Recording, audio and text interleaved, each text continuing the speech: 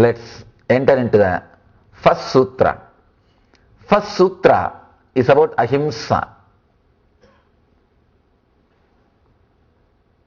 Dhamma Sutra, Ahimsa Sutra.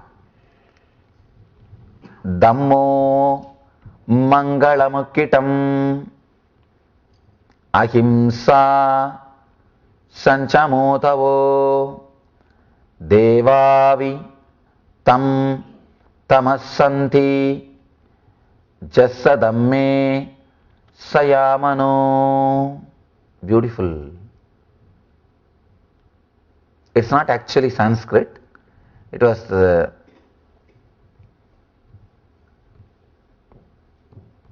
Sanskrit which was used in those days by common people. It's like a spoken Sanskrit.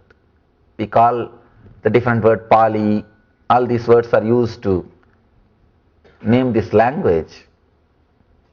There are a few more names, but this is not Sanskrit. It's a common man's language. Sanskrit was used only by Pandits. Buddha and Mahavir, both of them used the language used by common people. They wanted to reach common people. They wanted to express the truth. See, they are not interested in showing themselves as a great people. They are interested only in the truth. So they work towards reaching the truth to more and more people. Let me give the translation. What's the most superior dharma? Ahimsa is the most superior dharma. A person who has established himself in ahimsa, even the devatas salute him.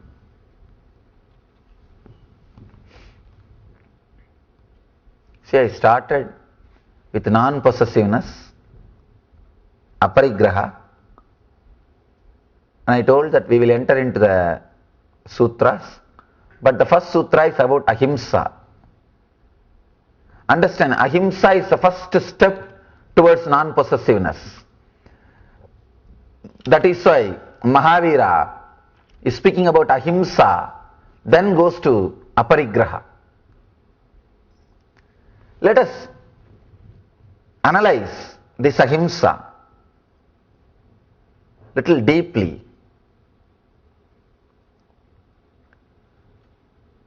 He is saying ahimsa sajjamotavo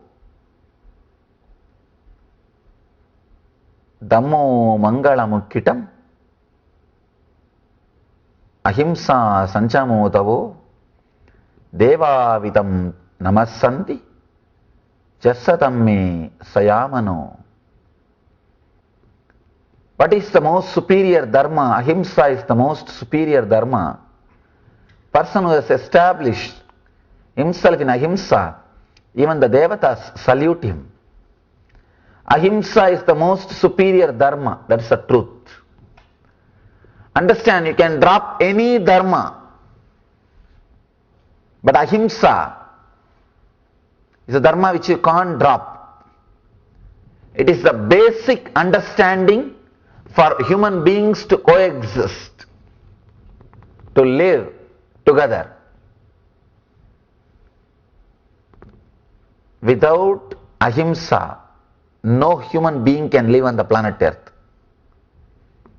Please understand, even the people who committed hundreds of murders, at some point they had ahimsa. That is why they have not murdered some other people. See, from the young age, at some point they were with ahimsa, means non-violence.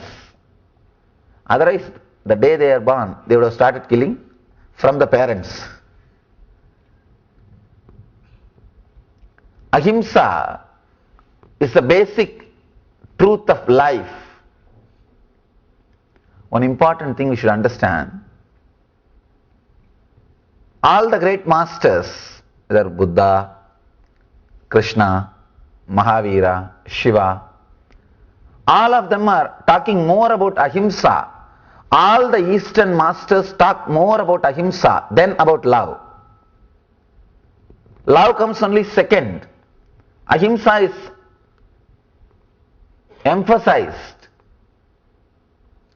But for a Western mind, the word love looks more appropriate because it is positive things, positive thing. Non-violence is more like a negative, but ahimsa is more like a positive. And love is more like a positive. But all the Eastern masters, they emphasize more on non-violence than love. Because in love, slowly you become aggressive. Not only that, when you say I love you, you give some promise to the other person. And all promises are failures.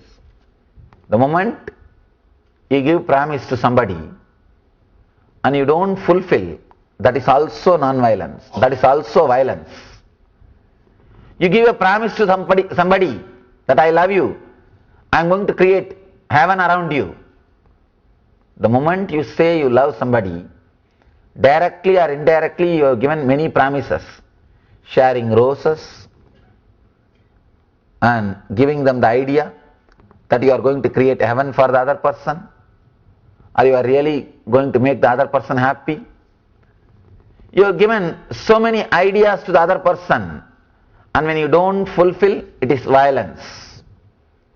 With non-violence, you are very clear. When you start, you are very clear. I can say only one thing, I will not hurt you. That's all. So the right way to start love is non-violence, not love. Love will happen when you really experience non-violence. And you cannot make love happen. No. You can work only in the direction of non-violence. Love will happen as a byproduct. If you try to work directly in the line of love, you will mess up. And you will end up creating troubles for you and for the other. Non-violence, ahimsa, such a powerful dharma. I always tell people, even in my ashram, see, there is nothing,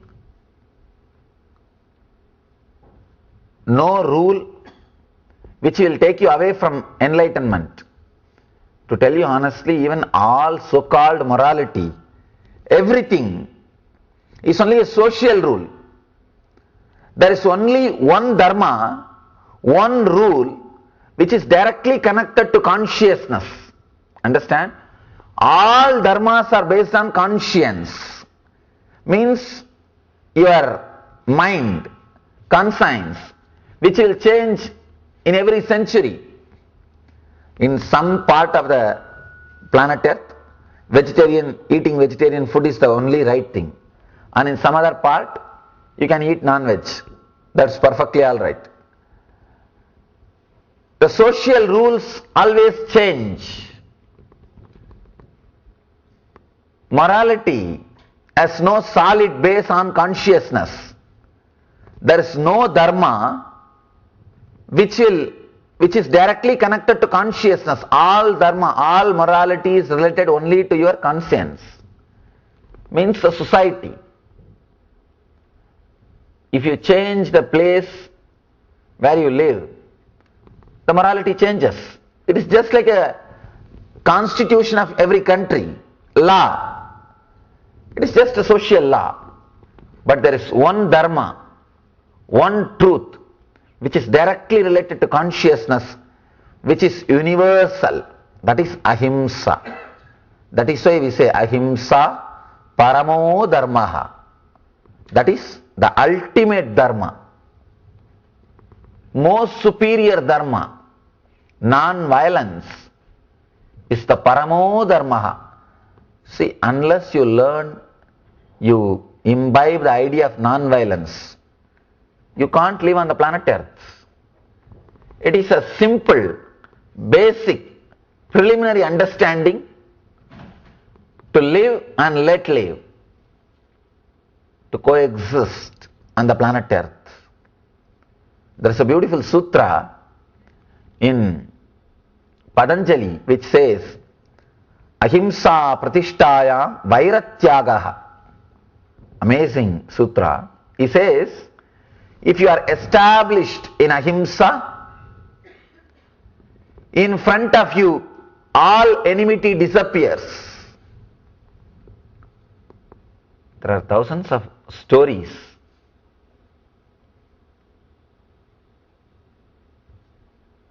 Animals or people dropping their negativity and enmity in front of enlightened masters. Thousands of stories. In Buddha's life, we can say so many stories. There was a mad elephant sent to kill Buddha by one of the Buddha's cousin. And when the elephant came in front of Buddha, it just stopped and bowed to Buddha and did pradakshina and went away. The other day I was reading an article. One scientist was trying to fix some electrodes, the brain of the animals, and manipulate it. There is a beautiful article, I was reading about it. He activated an electrode which creates anger, and the bull became mad. And after a few minutes, when it was about to jump on him, he just activated another electrode and the bull becomes just silent and sat. When you are really established in non-violence, in front of you, no animal can experience violence. The brain part which aggravates anger or violence simply disappears. It stops working in front of you. One important thing you should understand, whether you understand or not, believe it or not, whatever you strongly experienced, you radiate that quality. You express it. Even if you try to cover, you can't cover. You can't hide. You can't hide. You radiate. In the Sanskrit, we have a word called darshan, means seeing. They say even seeing negative people will create negativity in you. You may think, how can that happen? You don't know, because they are constantly radiating that same kind of waves, that same kind of thoughts.